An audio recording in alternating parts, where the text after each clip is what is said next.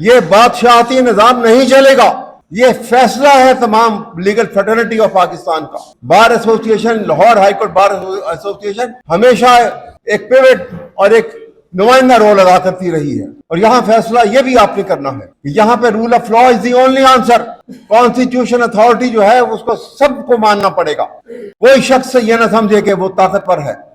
سب سے طاقتور پاکستان کا آئین ہے کیونکہ سب اس کے تابع ہیں، اور جو اس کے تابع نہیں سمجھتا تو تمام پاکستان کی فورسز کو، وکلا کو اکٹھے ہو کے مقابلہ کرنا پڑے گا. ہم پاکستان کو بچانا چاہتے ہیں اور پاکستان کی عام فورسز کو ایک عزت کی زندگی اور عزت کی نظر سے دیکھتے ہیں اور عزت کے انداز کے ساتھ چاہتے ہیں کہ پاکستان میں، پاکستانی قوم کے دلوں میں ایک عزت کا مقام حاصل کرے وہ. اور ہم چاہتے ہیں کہ اگر آئین کی پاسداری چیف جسٹس نہیں کرے گا تو اس کے خلاف بھی کارروائی کرو گے. اگر آئین کی کارروائی پارلیمنٹ کے ممبران نہیں کریں گے اور پرائم منسٹر نہیں کرے گا تو اس کے خلاف بھی کارروائی کریں گے. تو اگر آئین کی اوتھ کی اگر پاسداری مسلح افواج کے نمائندگان اور سینئر نمائندگان اگر نہیں کریں گے تو کیا وہ کارروائی سے بچیں گے؟ کوئی نہیں بچ سکتا.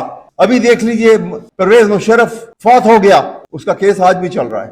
آپ کے سامنے روز کارروائی اس کی شروع ہو چکی ہے. ہسٹری کو اٹھا کے دیکھنا ہے تو دیکھو 16ویں صدی میں جس وقت برٹش پارلیمنٹ اور کنگ کے درمیان میں ایک تنازع چل رہا تھا، اس کا فائدہ اٹھاتے ہوئے کرامویل نے، اس کے پاس ایک ملیٹنٹ فورس تھی، ہارس مین تھے، پارلیمنٹ ہاؤس میں گھس گیا، پارلیمنٹ پہ قبضہ کر لیا اور آٹوکریٹ بن گیا، خود ڈکٹیٹر بن گیا. کنگ کو اس نے قتل کر دیا، برٹش کنگ کو قتل کر دیا. جب تک کرامویل زندہ رہا، یہ میں ہسٹری کی بات بتا رہا ہوں، نفرت جو ہے، آپ ایک بات یاد رکھیے گا، محبت اور نفرت جو ہے یہ جرأت پیدا کرتی ہے انسان کے اندر. اور وہ کرامویل کے مرنے کے 2.5 سال کے بعد، یہ ہسٹری ہے، یورپین ہسٹری، برٹش ہسٹری، مرنے کے 2.5 سال کے بعد اس کا ٹرائل کیا گیا، سزائے موت سنائی گئی. اور اس پہ عمل کیسے کیا؟ اس کا کافن نکالا گیا، اس کو کھولا گیا، اس کے ریمینز جو تھے، ہڈیاں جو تھیں، ان کو باندھ کے پارلیمنٹ ہاؤس پہ لٹکا دیا. ایک لمبے عرصے تک اس کی ہڈیاں کرامویل کی پارلیمنٹ ہاؤس پہ لٹکتی رہی. اور اس کا اثر یہ ہوا کہ وہ اتنا ہولناک منظر تھا، آج تک کسی کو برٹش سسٹم کو بدلنے کی ضرورت نہیں ہوئی. ہم وہ عزت کا مقام، کیونکہ ہم پاکستانی قوم جو ہے، کبھی غور تو کرو، یہ غریب قوم جس کی 60% 55% تجاوز کر گئے بلو پاورٹی لائن جو لوگ رہ رہے ہیں. اس حالت میں یہ قوم جو ہے اپنا پیٹ کاٹ کے، اپنے بچوں کا پیٹ کاٹ کے اپنی مسلح افواج کو ایک مسلح طاقتور فوج کی شکل میں دیکھنا چاہتے ہیں. اس لیے خوشی سے یہ کام کر رہے ہیں اور عزت کی نظر سے ان کو دیکھنا چاہتے ہیں. اور ہمارے دشمن کے سامنے میں ہمیشہ پاکستان کے مسلح افواجوں کے دانت کھٹے کیے ہیں.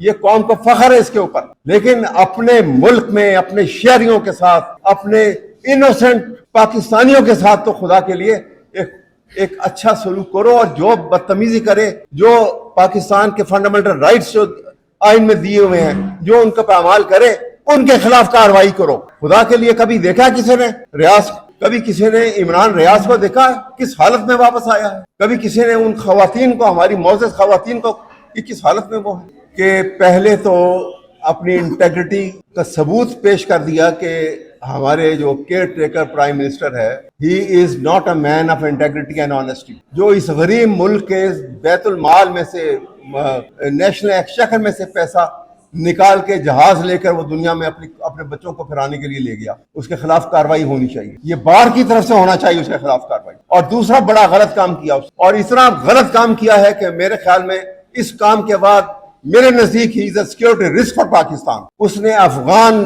جو یہاں پہ بیٹھے ہوئے تھے، جو ریفیوجیز، وہ لوگ 25 سال سے یہاں بیٹھے تھے، وہ اس زمانے سے یہاں بیٹھے تھے. اور آپ جتنے یہاں پہ اٹیک ہوئے ہیں، جتنی یہاں پہ ٹیررسٹ ایکٹیویٹی ہوئی ہیں، ہماری آپ کی ISI اور دوسری جو ہماری ایجنسیز ہیں، وہ بتائیں گے آپ کو کہ ان میں سے ایک آدمی بھی ملوث نہیں پایا گیا. ان کے بچے یہاں پیدا ہوئے، جوان ہو گئے، اور اس کرٹیکل سٹیج کے اوپر آپ نے ان کو نکال دیا. یہاں سے آپ نے انوائٹ کیا ہے کہ حملہ کرو ہمارے پر، تنگ کرو پاکستان کو. کبھی آپ نے غور کیا ہے کہ افغانستان کے، پاکستان کے بارڈر کے ساتھ ساتھ 33 کے 34 کونسلیٹ آفس ہیں انڈیا کے؟ کیوں ہیں؟ کیا انڈیا کوئی بزنس ہب ہے؟ وہ وہاں بیٹھ کے پاکستان کے خلاف کارروائی کرتے، اور ان کو فیسیلیٹیٹ کرنے کے لیے جب امریکنز گئے تو امریکنز تمام سوفیسٹیکیٹڈ برانڈ نیو اسلحہ وہاں چھوڑ گئے کہ انڈین وہ اسلحہ جو ہے پیسہ دے کر لوگوں کو پاکستان کے خلاف استعمال کروائیں. یہ سب سے خطرناک گیم ہے. اور یہ گیم کیوں کھولی گئی؟ یہ گیم اس لیے کھیلی جا رہی ہے کہ اب نئی گروپنگ کے اندر انڈیا جو ہے وہ امریکہ کا اور اسرائیل کا الہی ہے، اب پاکستان نہیں ہے. اور انڈیا نے یہ کنڈیشن لگا دی ہے کہ ساؤتھ ایشیا کا منی سپر پاور انڈیا کو اگر تم بناتے ہو، امریکہ کو کہا ہے اس نے، تو پاکستان کو انڈیا کا سیٹلائٹ بن کے رہنا پڑے گا. لہذا انڈیا پاکستان کی مسلح فوج اور پاکستان کی نیوکلیر طاقت جو ہے اس کو ختم کیا جائے. لہذا 2-pronged اٹیک ہے پاکستان کے اوپر. اکانومی تباہ کر دو، فوج کو عوام کی نظر میں بدنام کر دو. اور ہمارے مسلح فوج کے جرنیلوں کو سمجھنا چاہیے، خدا کے لیے سمجھو اس بات کو. یہ قوم جو ہے یہ اپنی فوجیوں پہ فدا ہوتی رہی ہے. یہ ظلم و ستم کو ختم کرو اور آئین کی پاسداری کرو. اسی میں پاکستان کی بقا ہے، اسی میں سالمیت ہے.